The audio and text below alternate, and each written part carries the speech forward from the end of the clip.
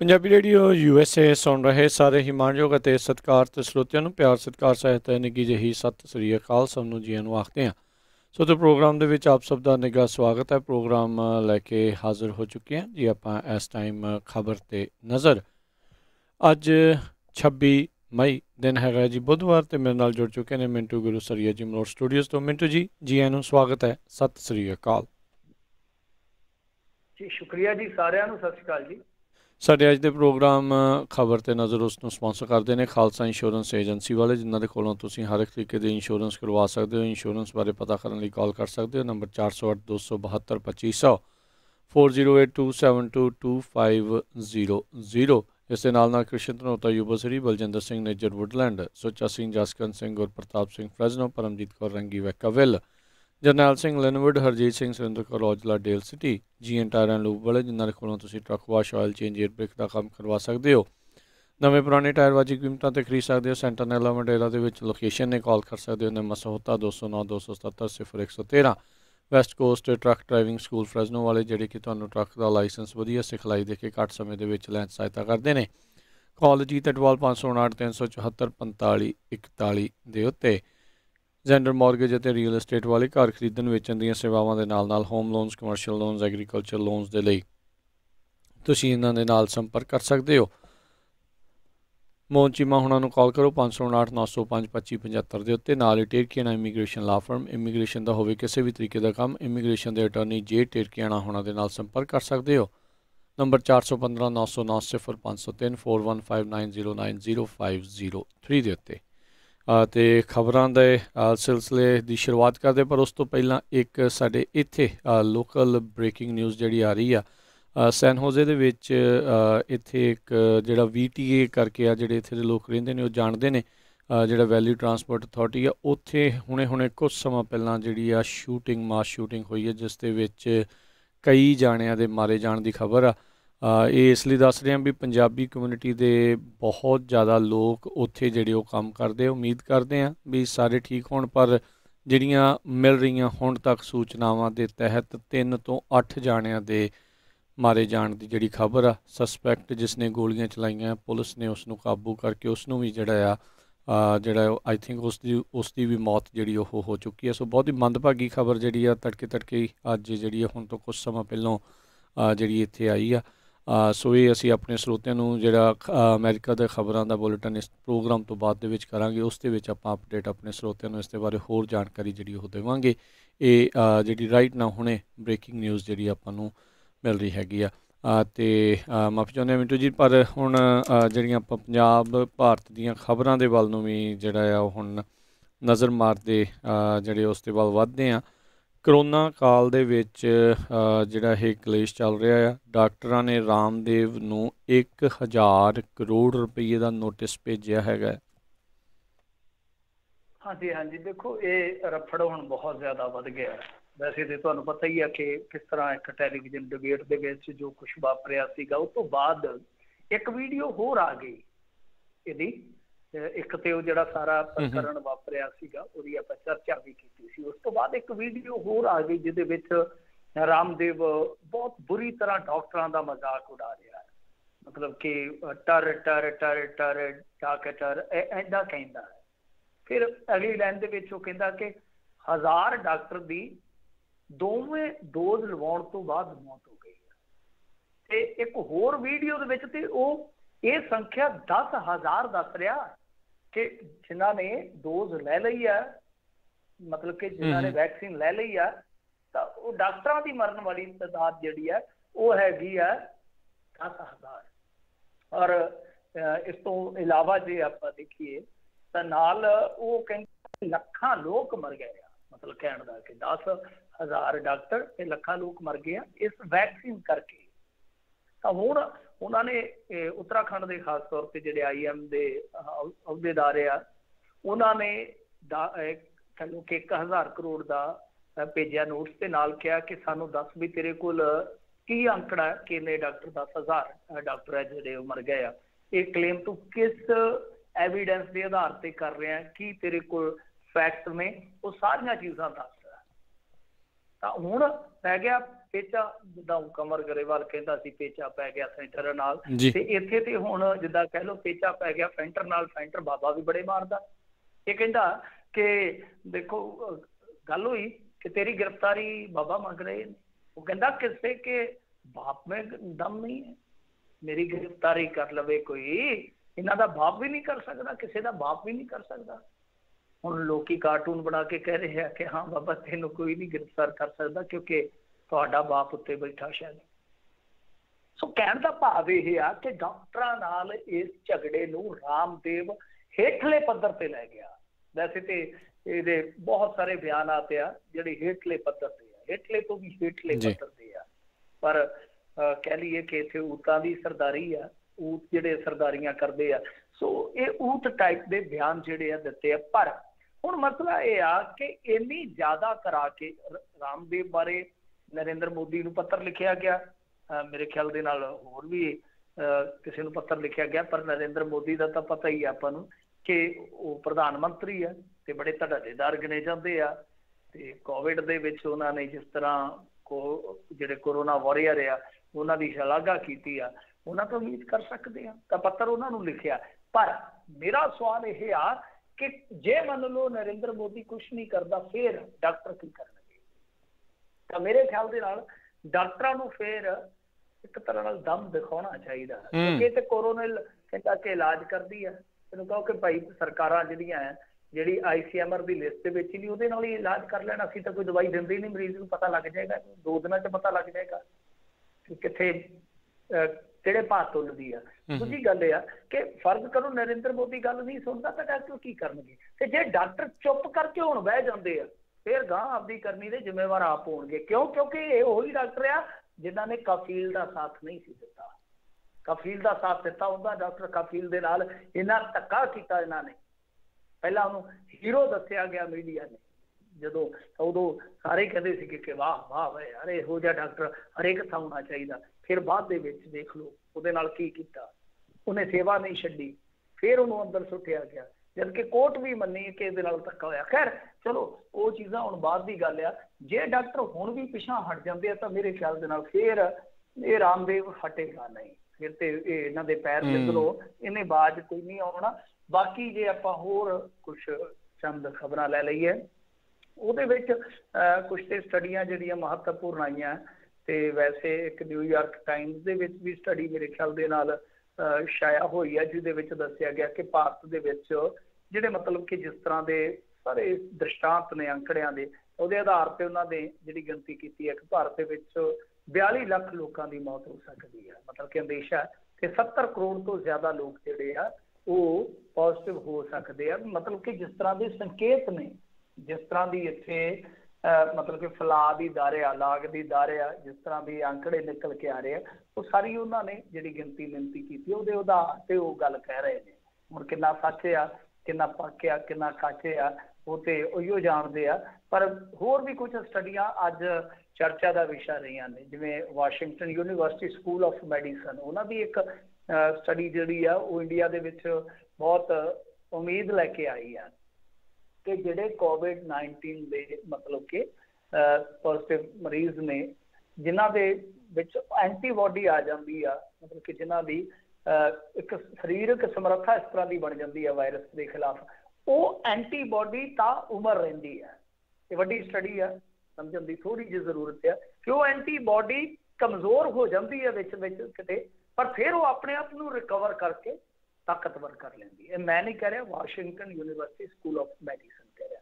ਦੂਜਾ, ਦਿੱਲੀ ਦੇ ਅਪੋਲੋ ਹਸਪਤਾਲ ਦੇ ਵਿੱਚ 69 ਸਿਹਤ ਕਰਮੀ ਜਿਹੜੇ ਆ ਉਹ ਮਤਲਬ ਕਿ ਪਾਏ ਗਏ ਪੋਜ਼ਿਟਿਵ, ਪਰ ਉਹਨਾਂ ਦਾ ਜਿਹੜਾ ਕਹਿ ਲਓ ਕਿ ਵਾਇਰਸ ਆ ਉਹ ਹੈਗਾ B1617, ਜਿਹਨੂੰ ਤਥਾਕਥਿਤ ਤੌਰ ਤੇ ਇੰਡੀਅਨ ਵੇਰੀਐਂਟ ਕਿਹਾ ਗਿਆ। ਹੁਣ ਇਹ ਉਹ ਸਿਹਤ ਕਰਮੀ ਆ ਜਿਨ੍ਹਾਂ ਦੇ ਵਿੱਚੋਂ ਤੁਸੀਂ ਦੇਖੋਗੇ ਤਾਂ ਤਕਰੀਬਨ ਸਭ ਨੂੰ ਹੀ ਟੀਕੇ ਲੱਗੇ ਹੋਏ ਆ।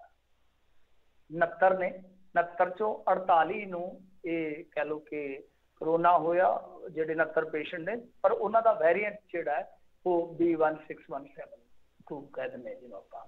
ਮਤਲਬ ਇਹ ਆ, ਇਹਦਾ ਹੁਣ ਤੱਕ ਕੀ ਨਿਕਲੇਗਾ ਕਿ ਇੱਕ ਪਾਸੇ ਇੱਕ ਸਟੱਡੀ ਜਿਹੜੀ Washington university school of medicine ਉਹ ਕਹਿ ਰਹੀ ਆ कि एंटीबॉडी बन गई ਤੁਹਾਡੀ ਇੱਕ ਵਾਰੀ ਤਾਂ ਤੁਹਾਨੂੰ ਕੁਛ ਨਹੀਂ ਹੋਏਗਾ। ਪਰ ਇਹ ਸਿਹਤ ਕਰਮੀ ਜਿਨ੍ਹਾਂ ਨੂੰ ਲਾ ਲਓ ਕਿ ਫੈਬ ਦੇ ਵਿੱਚ ਜਾਂ ਮਾਰਚ ਦੇ ਵਿੱਚ ਦੋਵੇਂ ਡੋਜ਼ਾਂ ਮੁਕੰਮਲ ਹੋ ਕੇ ਮਿਲ ਗਈਆਂ, ਬਾਵਜੂਦ ਇਸ ਤੇ ਉਹ ਇਸ ਵੈਰੀਐਂਟ ਤੋਂ ਬਚ ਨਹੀਂ ਸਕੇ। ਸੋ ਇਹ ਮਾਮਲਾ ਜਿਹੜਾ ਕਾਫੀ ਗੁੰਝਲਦਾਰ ਹੋ ਜਾਂਦਾ। ਵੈਸੇ ਮੈਂ ਤੁਹਾਨੂੰ ਦੱਸਿਆ ਇਸ ਮਾਮਲੇ 'ਚ ਖਾਸ ਤੌਰ ਤੇ ਡਾਕਟਰ ਫੌਜੀ ਦੇ ਬਿਆਨ ਤੋਂ ਬਾਅਦ ਡਿਬੇਟ ਜਿਹੜੀ ਆ ਓਪਨ ਹੋ ਚੁੱਕੀ ਆ। ਓਪਨ ਦਾ ਮੈਚ ਆ, ਇਹਦੇ ਵਿੱਚ ਕੋਈ ਵੀ ਖੇਡ ਸਕਦਾ। ਸੋ ਦੇਖਦੇ ਆ ਕਿਸ ਐਂਗਲ ਤੋਂ ਹੋਰ ਅਧਿਐਨ ਆਉਂਦੇ ਆ, ਕਿਸ ਥਿਓਰੀ ਨੂੰ ਥਾਂ ਮਿਲਦੀ ਆ, ਕਿਸ ਥਿਓਰੀ ਨੂੰ ਰੱਦ ਕੀਤਾ ਜਾਂਦਾ। ਬਹੁਤ ਦਿਲਚਸਪ ਹੋ ਗਿਆ ਸਾਰਾ ਮਾਜਰਾ। ਖੈਰ ਜੇ ਇੱਧਰ ਜਬਲਪੁਰ ਹਾਈ ਕੋਰਟ ਦੀ ਗੱਲ ਕਰੀਏ, ਜਬਲਪੁਰ ਹਾਈ ਕੋਰਟ ਹੈ ਮੱਧ ਪ੍ਰਦੇਸ਼ ਨੂੰ ਜਿਹੜਾ ਕਰਦਾ ਹੈ। ਉੱਥੋਂ ਦੇ ਹਾਈ ਕੋਰਟ ਨੇ ਜੋ ਵਿਦੇਸ਼ਾਂ ਤੋਂ ਟੀਕਾ ਮੰਗਵਾਇਆ ਜਾ ਰਿਹਾ ਉਹਦੇ ਤੇ ਸਵਾਲ ਚੁੱਕਿਆ ਕਿ ਕੇਂਦਰ ਕਿਉਂ ਨਹੀਂ ਮੰਗਵਾ ਰਿਹਾ। ਨੀਤੀ ਬਾਰੇ ਉਹ ਕਹਿੰਦੇ ਕਿ ਸੋਚੇ ਕੇਂਦਰ ਸਰਕਾਰ ਕਿ ਭਾਈ ਰਾਜ ਸਰਕਾਰਾਂ ਕਿਉਂ ਮੰਗਵਾਉਣ। ਵੈਸੇ ਜੇ ਦੇਖੀਏ ਤਾਂ ਦਿਲਚਸਪ ਤੱਥ ਹੈ ਕਿ ਜੇ ਟੀਕਾਕਰਨ ਹੁਣ ਆਪਾਂ ਦੇਖਦੇ ਹਾਂ ਜਿਹੜਾ ਚੱਲਦਾ ਹੈ ਆਮ ਤੌਰ ਤੇ, ਜਿਵੇਂ ਜੱਚਾ ਬੱਚਾ ਇੱਕ ਟੀਕਾਕਰਨ ਹੁੰਦਾ, ਜਦੋਂ ਲੇਡੀ ਪ੍ਰੈਗਨੈਂਟ ਹੋ ਜਾਂਦੀ ਉਹਨੂੰ ਟੀਕਾ ਲੱਗਦਾ ਆ, ਜਾਂ ਬੱਚੇ ਨੂੰ ਲੱਗਦਾ ਆ, ਮੇਰੇ ਖਿਆਲ ਦੇ ਨਾਲ 2-3 ਸਾਲ ਤੱਕ ਟੀਕਾ ਲੱਗਦਾ। ਜ਼ਿਆਦਾਤਰ ਇਸ ਤਰ੍ਹਾਂ ਦਾ ਟੀਕਾਕਰਨ 76% ਸਰਕਾਰੀ ਹਸਪਤਾਲਾਂ 'ਚ ਹੁੰਦਾ ਹੈ, ਮਤਲਬ ਕਿ ਸਰਕਾਰ ਅਫੋਰਡ ਕਰਦੀ ਹੈ। ਤਾਂ ਇਹਦੇ ਵਿੱਚ ਕੀ ਦਿੱਕਤ ਆ, ਇਹ ਤੇ ਹੁਣ ਚਲੋ ਇਸ ਬਹਿਸ ਦੇ ਵਿੱਚ ਸਾਫ਼ ਹੋਏਗਾ। ਦੂਜੀ ਖਬਰ ਜਿਹੜੀ ਆ ਉਹ ਬੜੀ ਮੈਂ ਕਹੂੰਗਾ ਕਿ ਦਿਲ ਨੂੰ ਹਲੂਣ ਕੇ ਰੱਖ ਦੇਣ ਵਾਲੀ ਆ ਕਿ ਬੋਕਾਰੋ ਦੇ ਵਿੱਚ, ਝਾਰਖੰਡ ਦੇ ਵਿੱਚ ਇੱਕ ਬੈਂਕ ਕਰਮਚਾਰੀ ਆਕਸੀਜਨ ਸਪੋਰਟ ਦੇ ਨਾਲ ਡਿਊਟੀ ਦੇਣ ਪਹੁੰਚ ਗਿਆ, ਨਾਲ ਉਹਦੇ ਪਰਿਵਾਰ ਵਾਲੇ ਵੀ। ਤੁਸੀਂ ਹਿਸਾਬ ਲਾ ਲਓ ਕੁੱਪਾ ਜਿਹਾ ਲੱਗਾ ਹੀ ਹੋਇਆ ਸੀਗਾ। ਤਾਂ ਉਹਨੂੰ ਜਦ ਪੁੱਛਿਆ ਗਿਆ, ਨੈਸ਼ਨਲ ਬੈਂਕ ਦੇ ਵਿੱਚ ਲੱਗਾ ਸੀ, ਪੰਜਾਬ ਨੈਸ਼ਨਲ ਬੈਂਕ ਦੇ ਵਿੱਚ, ਉਹਨੇ ਕਿਹਾ ਕਿ ਮੈਂ ਪੋਜ਼ਿਟਿਵ ਹੋ ਗਿਆ, ਠੀਕ ਹੋਇਆ, ਰਿਕਵਰ ਹੋਇਆ, ਪਰੰਤੂ ਹਾਲੇ ਵੀ ਮੇਰੀ ਜਿਹੜੀ ਕਹਿ ਲਓ ਕਿ ਆਕਸੀਜਨ ਸਪੋਰਟ ਆ ਉਹ ਬਰਕਰਾਰ ਆ, ਪਰੰਤੂ ਇਹ ਕਹਿੰਦੇ ਕਿ ਨਾ ਛੁੱਟੀ ਨਹੀਂ ਦੇ ਸਕਦੇ, ਆਉਣਾ ਪਏਗਾ ਤੈਨੂੰ। ਖੈਰ ਇਹ ਬੜਾ ਕਹਿ ਲਓ ਕਿ ਇਸ ਵੇਲੇ ਰੌਲਾ ਰੱਪਾ ਪਿਆ ਖਲੋਤਾ ਕਿ ਤੁਸੀਂ ਇੱਕ ਪਾਸੇ ਤੇ ਕਹਿੰਦੇ ਕਿ ਵਰਕ ਫਰੋਮ ਹੋਮ, ਤੇ ਦੂਸਰੇ ਪਾਸੇ ਕਰਮਚਾਰੀ ਜਿਹੜੇ ਵਿਚਾਰੇ ਇਸ ਤਰ੍ਹਾਂ ਕਮਜ਼ੋਰ ਹੋ ਜਾਂਦੇ ਆ ਜਾਂ ਜਿਨ੍ਹਾਂ ਦੀ ਪੂਰੀ ਤਰ੍ਹਾਂ ਬਿਮਾਰੀ ਠੀਕ ਨਹੀਂ ਹੁੰਦੀ, ਤੁਸੀਂ ਉਹਨਾਂ ਨੂੰ ਵੀ ਘੜੀਸੀ ਫਿਰਦੇ ਹੋ। ਇੱਧਰ ਇੱਕ ਹੋਰ ਮਾਮਲਾ ਸਾਹਮਣੇ ਆਇਆ ਕਿ ਲੜਕੀ ਦੀ ਰਿਪੋਰਟ ਪੋਜ਼ਿਟਿਵ ਆ ਗਈ, ਸ਼ਾਦੀ ਤੈਅ ਹੋ ਗਈ ਸੀ, ਬਰਾਤ ਹੈ ਬਿਲਕੁਲ ਤਿਆਰ ਬਰ ਤਿਆਰ ਸੀ, ਕਹਿੰਦੇ ਕਿ ਲੜਕੀ ਪੋਜ਼ਿਟਿਵ ਆ ਗਈ। ਨੈਨੀਤਾਲ ਦੀ ਘਟਨਾ, ਬਰਾਤ ਪੀ ਕਿੱਟਾਂ ਪਾ ਕੇ ਗਈ ਉੱਥੇ, ਪੀ ਕਿੱਟਾਂ ਪਾ ਕੇ, ਮਤਲਬ ਕਿ ਪਤਾ ਹੀ ਨਹੀਂ ਲੱਗਦਾ ਇਹ ਫੁੱਫੜ ਕਿਹੜਾ ਆ ਮਾਤਰ ਕਿਹੜਾ, ਇੱਕੋ ਜਿਹੀ। ਇਹ ਵੀ ਦਿਨ ਆਉਣੇ ਸੀਗੇ ਜਦੋਂ ਬਰਾਤੀ ਜਿਹੜੇ ਆ ਉਹ ਪੀ ਕਿੱਟਾਂ ਦੇ ਵਿੱਚ ਜਾਣੇ ਸੀਗੇ। ਦਿਲਚਸਪ ਖਬਰ ਅੱਜ ਲੋਕਾਂ ਨੇ ਬਹੁਤ ਜ਼ਿਆਦਾ ਸ਼ੇਅਰ ਕੀਤੀ ਆ। ਇਸ ਤੋਂ ਇਲਾਵਾ MP ਦੇ ਵਿੱਚੋਂ ਕਾਫੀ ਸੈਡ ਨਿਊਜ਼ ਆ, ਉੱਥੇ ਕਹਿੰਦੇ ਕਿ 300 ਬੱਚੇ ਆ, 300 ਵੈਸੇ ਐਗਜ਼ੈਕਟ ਗਿਣਤੀ ਉਹਨਾਂ ਦੀ 325 ਦੇ ਕਰੀਬ ਹੈ, ਮਤਲਬ ਕਿ 350 ਮੰਨ ਕੇ ਚੱਲੋ, ਤਾਂ ਉਹ ਅਨਾਥ ਹੋ ਗਏ, ਮਤਲਬ ਕਿ ਮਾਂ ਵੀ ਮਰ ਗਈ ਤੇ ਬਾਪ ਵੀ ਮਰ ਗਿਆ। ਦੇਖੋ ਖੈਰ 300 ਬੱਚੇ ਜਿਹੜੇ ਆ ਉਹ ਅਨਾਥ ਹੋ ਗਏ ਨੇ, ਤਾਂ ਹੁਣ ਉਹਨਾਂ ਨੂੰ 5000 ਰੁਪਈਆ ਪ੍ਰਤੀ ਮਹੀਨੇ ਦੀ ਪੈਨਸ਼ਨ ਉਹਨਾਂ ਨੇ ਬੰਨੀ ਹੈ। ਚਲੋ ਸਪੋਰਟ ਕੀਤਾ, ਵਧੀਆ ਗੱਲ ਹੈ। ਕੁਝ ਪੋਜ਼ਿਟਿਵ ਗੱਲਾਂ ਵੀ ਦੇਖਣ ਨੂੰ ਆ ਜਾਂਦੀਆਂ। ਅੱਜ ਮੈਂ ਇੱਕ ਵੀਡੀਓ ਵੇਖ ਰਿਹਾ ਸੀ, ਤਾਮਿਲਨਾਡੂ ਦੇ ਸ਼ਾਇਦ ਤੁਤੁਕੁਡੀ ਦੀ ਆ, ਤੇ ਉੱਥੇ ਇੱਕ ਨਾਲ ਏਰੀਆ ਕੋਵਲਪੱਟੀ, ਤੇ ਉੱਥੇ ਫਲਾਂ ਦੀ ਦੁਕਾਨ ਬੰਦ ਕਰ ਜਾਂਦਾ ਹੈ ਇੱਕ ਸੱਜਣ, ਤੇ ਬਾਹਰ ਕੇਲੇ ਲਟਕਾ ਜਾਂਦਾ ਹੈ, ਸਲੇਟ ਤੇ ਲਿਖ ਦਿੰਦਾ ਹੈ ਅਗਰ ਤੁਹਾਨੂੰ ਭੁੱਖ ਲੱਗੀ ਆ, ਮਤਲਬ ਕਿ ਜੇ ਤੁਹਾਨੂੰ ਭੁੱਖ ਲੱਗੀ ਆ ਇਹਨਾਂ ਨੂੰ ਮੁਫਤ ਦੇ ਵਿੱਚ ਖਾ ਲਓ, ਕੋਈ ਚੱਕਰ ਨਹੀਂ, ਪਰ ਕਿਰਪਾ ਕਰਕੇ ਬਰਬਾਦ ਨਾ ਕਰਿਓ। ਸੋ ਬਹੁਤ ਇੱਕ ਤਰ੍ਹਾਂ ਨਾਲ ਕਹਿ ਲਓ ਕਿ ਪੋਜ਼ਿਟਿਵ ਮੈਸੇਜ ਦਿੰਦੀ ਹੈ ਇਹ ਇਨਸਾਨੀਅਤ ਦੇ ਪੱਖ ਤੋਂ ਵੀਡੀਓ। ਦੂਸਰੇ ਪਾਸੇ ਇੱਕ ਹੋਰ ਵਪਾਰੀ ਨੇ ਅੱਜ ਇਮਾਨਦਾਰੀ ਦੀ ਮਿਸਾਲ ਪੇਸ਼ ਕੀਤੀ ਆ। ਕਰੋਨਾ ਕਾਲ ਦੇ ਵਿੱਚ ਇੱਕ ਕਿਸਾਨ ਦੀ ਮੌਤ ਹੋ ਗਈ, ਮੱਧ ਪ੍ਰਦੇਸ਼ ਦੀ ਹੋਈ ਗੱਲ ਆ, ਤੇ ਇੱਥੇ ਇੱਕ ਵਪਾਰੀ ਦੇ ਕੋਲ, ਕਾਰੋਬਾਰੀ ਦੇ ਕੋਲ ਸੋਨੇ ਦੀ ਕੈਂਠੀ ਰੱਖੀ ਸੀਗੀ ਕਿਸਾਨ ਨੇ, ਜਿਹਦੀ ਕੀਮਤ ਲਾ ਲਓ 18 ਕੁ ਤੋਲਿਆਂ ਦੀ, ਲਗਭਗ 10-11 ਲੱਖ ਦੀ ਬਣ ਜਾਣੀ ਆ। ਤਾਂ ਉਹ ਉਹਨੇ ਦਿੱਤੀ ਆ ਕੇ, ਉਹਨੇ ਆਖਿਆ ਕਿ ਤੁਹਾਡਾ ਪਰਿਵਾਰ ਆ ਜਿਹੜਾ ਸੰਕਟ ਦੇ ਵਿੱਚ ਆ, ਜੀ ਚਲਾ ਗਿਆ। ਇਹਨੇ ਇਮਾਨਤ ਰੱਖੀ ਸੀ ਮੇਰੇ ਕੋਲ, ਆਂਦਾ ਸੀ ਕਿਸੇ ਨੂੰ ਦੱਸੀ ਨਾ, ਜਦੋਂ ਕਿਤੇ ਮੁਸੀਬਤ ਹੋਈ ਤੇ ਮੇਰੇ ਟੱਬਰ ਨੂੰ ਦੇ ਦੀ, ਮੈਂ ਹੋਵਾਂ ਜਾਂ ਨਾ ਹੋਵਾਂ। ਤੇ ਹੁਣ ਕਰੋਨਾ ਕਾਲ ਤੋਂ ਵੱਡੀ ਵਿਪਤਾ ਕਿਹੜੀ ਆ। ਸੋ ਇਹੋ ਜਿਹੀਆਂ ਇਮਾਨਦਾਰੀ ਦੀਆਂ ਜਾਂ ਕਹਿ ਲਓ ਕਿ ਇਨਸਾਨੀਅਤ ਦੀਆਂ ਖਬਰਾਂ ਜਿਹੜੀਆਂ ਉਹ ਵੀ ਉਸ ਦੌਰ 'ਚ ਆ ਰਹੀਆਂ ਜਦੋਂ ਕਫਨ ਚੋਰ ਵੀ ਸਾਹਮਣੇ ਆ ਰਹੇ ਆ, ਜਦੋਂ ਕਹਿ ਲਓ ਕਿ ਲਹੂ ਚੂਸਵੇ ਤੇ ਮੁਰਦਾਰ ਖਾਣੇ ਵੀ ਸਾਹਮਣੇ ਆ ਰਹੇ ਜੀ। ਜੀ ਜੀ ਮਿੰਟੂ ਜੀ, ਅਗਲੀ ਗੱਲ ਕਰਦੀ ਹੈ ਕਿਸਾਨ ਅੰਦੋਲਨ ਦੇ ਹੋ ਗਏ ਨੇ 6 ਮਹੀਨੇ ਪੂਰੇ। ਹਾਂਜੀ ਹਾਂਜੀ 6 ਮਹੀਨਿਆਂ ਦਾ ਤੇ ਕਿਸਾਨਾਂ ਦਾ ਆਪਸ ਦੇ ਵਿੱਚ ਬੜਾ 9 ਮਾਸ ਵਾਲਾ ਰਿਸ਼ਤਾ ਆ ਛਮਾਈ ਦਾ। ਛਮਾਈ ਹੋ ਗਈ ਜੀ ਅੱਜ। 6 ਮਹੀਨੇ ਨਹੀਂ ਕਹਿੰਦਾ ਕਿਸਾਨ, ਕਿਸਾਨ ਹਮੇਸ਼ਾ ਕਹਿੰਦਾ ਛਮਾਈ। ਛਮਾਈ ਮਤਲਬ ਉਹ ਜਿਵੇਂ ਫਸਲ ਬੀਜਦਾ ਤੇ ਫਸਲ ਬੀਜ ਕੇ ਫਿਰ ਉਹ ਦੁਆਵਾਂ ਕਰਦਾ ਆ ਕਿ ਇਹ ਫਸਲ ਪੱਕੇਗੀ, ਇਹਦੇ ਨਾਲ ਮੈਂ ਇਹ ਕਰਾਂਗਾ। ਮਤਲਬ ਕਿ ਉਹ ਬੀ ਦੇ ਵਿੱਚ ਆਪਣੇ ਨਿੱਕੇ ਨਿੱਕੇ ਅਰਮਾਨ, ਖੁਸ਼ੀਆਂ, ਸਧਰਾਂ ਉਹ ਘੇਰਦਾ।